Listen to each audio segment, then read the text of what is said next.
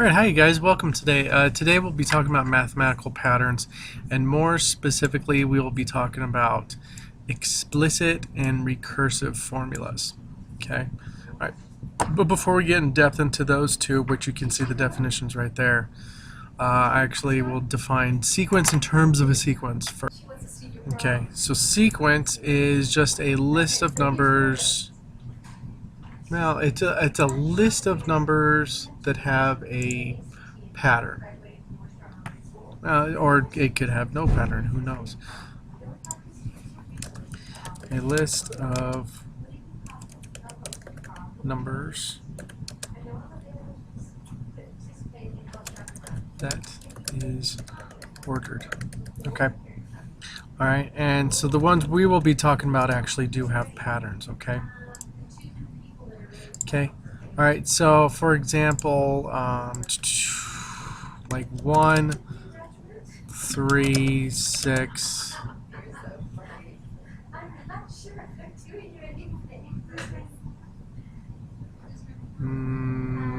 10, 15, so on and so on. Okay. Alright, so that's just a list of numbers that are ordered. So it's just ordered, it's starting at the least, going up, and everything. Okay, now term of a sequence. Now, usually when I tell students, especially Algebra 2 students, these are usually your answers to a function.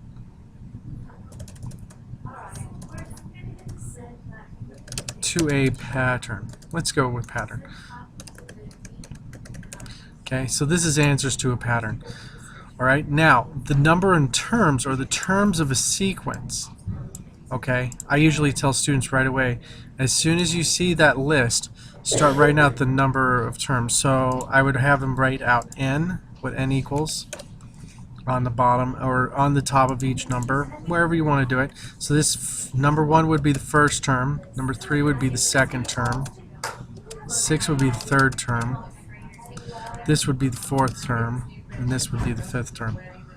Okay, and because I'm able to actually list out those right there, that will actually help me find the explicit, the recursive formulas a lot easier. Okay? Alright, so something as simple as that. Alright, and usually you'll continue going until you get to a sub n. Okay, and that will be the what we call the nth term. Okay, and that lines up exactly with that. And that will help us with our explicit formulas. Okay, so definitions.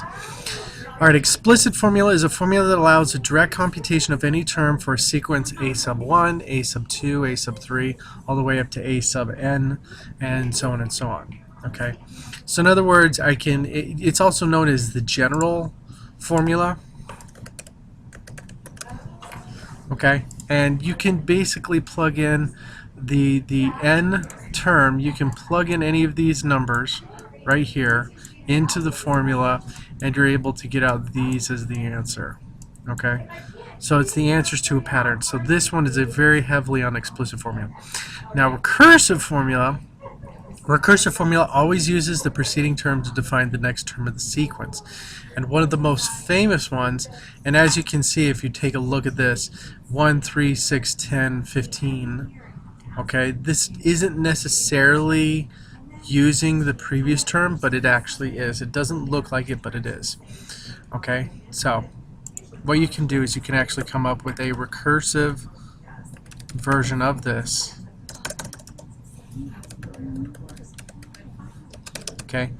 Alright, now the recursive version, if we take a look at this, okay, to get to 1, well, just 1 is 1.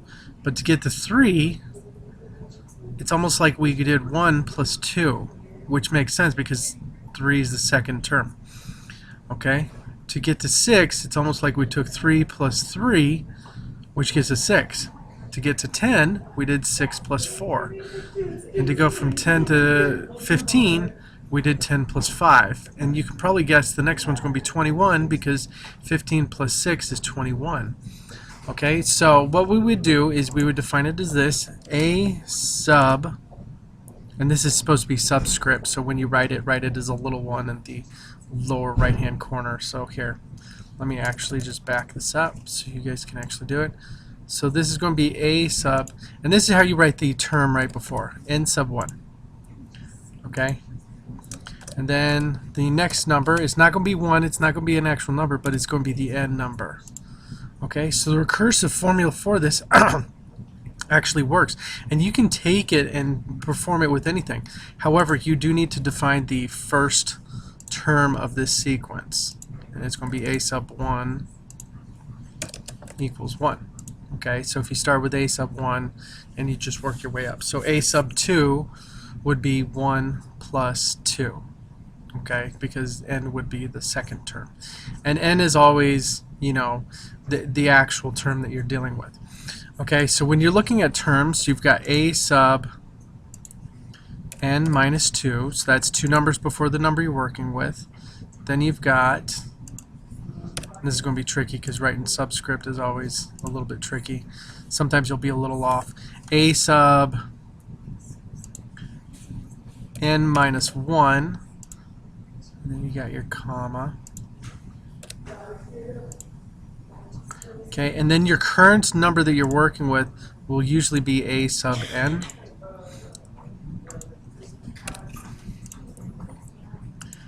And then it's going, the next term, if you wanted to actually get a little bit more advanced, you would have a sub n plus 1. And then you would also have a sub n plus 2. You know, you can list them in any ones of this order.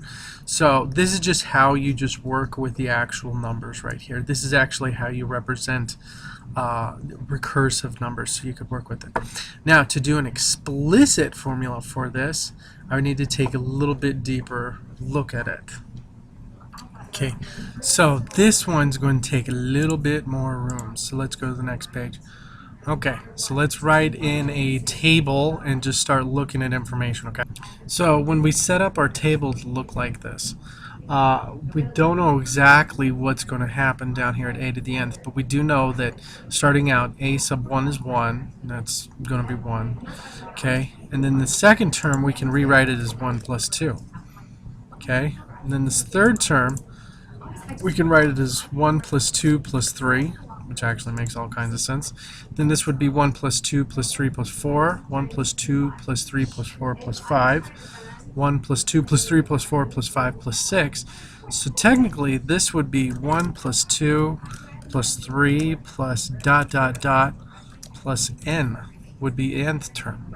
Okay, so this would continue. So that would be the same down here. So 1 plus 2 plus 3 plus 4 plus 5 plus dot dot dot plus n. Okay, so you could almost rewrite it as just whatever term you want. So a sub n would actually be n plus n plus 1, just like what we were talking about earlier when we were making our recursive formula and understanding it. N plus 2 plus dot dot dot all the way up to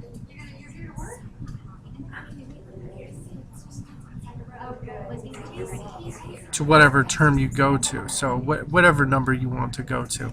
So this could go on for an infinite amount of time. But here's the actual really cool thing, is you could actually work your way back. So you could actually reverse this whole thing. Watch this. This is going to be kind of the cool part. You can actually reverse this whole thing because it's all commutative. Right, let's put the equal sign right back there. You could actually reverse this whole thing and have it as dn plus n plus minus 1 plus the n minus 2 plus dot dot dot plus 3 plus 2 plus 1. Okay. All right, now if you notice, they kind of line up. Okay, the 1 and the n, and the 2 and the n minus 1, and the 3 and the n minus 2. Okay, so what I could actually do is that I could actually take these two now that I've done this order. And this is a trick in sets and numbers. The theory of sets and numbers is that you can take two sets or series or sequences, and you can actually add them together. And so what we get is 2 times a sub n,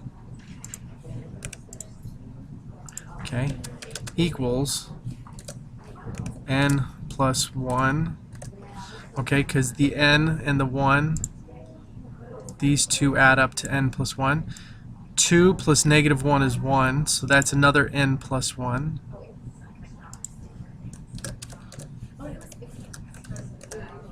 Okay, and then this one, the 3 plus the 2 is also another 1, so that's plus n plus 1. Alright, and if you notice, this just keeps going on for a huge amount of time. Okay, so plus dot dot dot plus n plus 1. So how many of these are there? There's actually n of them. Okay, so there's n amount of these, so that's n times, and so I can rewrite this as 2 times a sub n, okay, equals n times n plus 1. Okay, and then what I need to do is just divide both sides by 2, and I actually get a general formula or an explicit formula. And this is one of many ways to get an explicit formula. Usually you guys will find your own way and stuff. So this would be n divided by 2 times n plus 1. Okay? And that's the actually really cool thing about working with this stuff. So not only did we see a recursive formula for that actual formula, which was actually easier, but we also got an actual nth formula, or an explicit formula. Now, explicit formulas are a little bit harder to get sometimes, but sometimes they're easier than recursive. But explicit formulas will actually help you. Like, what if I wanted to know what the 5,000th term was of this sequence? What if 5,000 equaled n? Okay, so I could plug it into there. So a sub 5,000, okay, would be equal to 2,500. I just went ahead and divided them, times 5,001. Okay. Alright, and I check it out on my formula, my actual calculation. So 2,500 times 5,501, which would be 125,025,00. Okay, so that would be that sequence. So this would be a sub 5,000 up here, and then the actual term would be 125,0025,00. Okay, and so that would be the 5,000th term. Alright, now that makes that job a lot easier. However, sometimes coming up with a recursive formula for a small list of numbers, really helpful. Now, if you could put this into a computer and actually put it in and have the computer recognize the recursive formula faster, more power to you, because the computer can do a lot of computing power. Because going to the 5,000th term is not an issue for a computer. For us, we've got better time. Okay, so this is it for mathematical patterns. Hopefully you understand explicit and recursive formulas better. I hope you guys have a wonderful day, and I'll talk to you later. Bye.